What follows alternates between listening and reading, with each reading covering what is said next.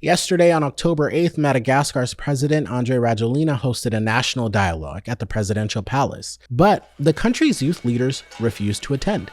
The coalition driving the protest, known as Gen Z Madagascar, publicly boycotted the invite, accusing the government of repression and insisting their demands be met first. The meeting, however, was not empty. The palace drew more than 1,500 attendees from churches, universities, unions, medical workers, business groups, and some youth associations.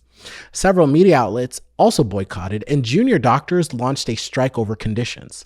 The symbolic image here was not a vacant hall.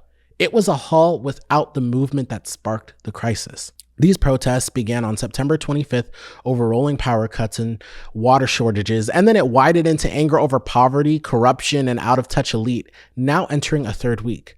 The UN says at least 22 people have been killed and over 100 injured.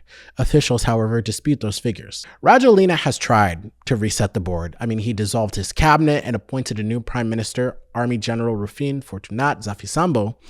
Moves framed as reform, but seen by protesters as entrenchment.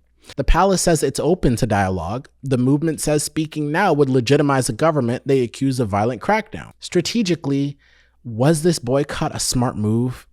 On one hand, skipping the palace denied them a televised platform to press demands and risk ceding the narrative to the presidency.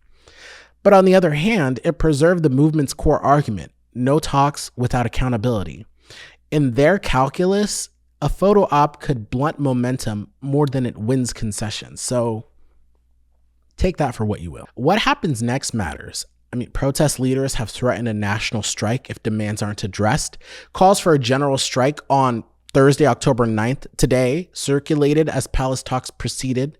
If crowds grow and sectors like health and transport join, pressure rises. But if turnout fades, the government's bet on dialogue with non-protesting groups could pay off. Madagascar's standoff echoes a wider Gen Z playbook. Kenya, Nepal, Sri Lanka, France, where digitally networked youth pivot from service delivery grievances to structural demands, and where legitimacy battles can matter as much as street counts. The palace opened its doors. The youth kept theirs closed.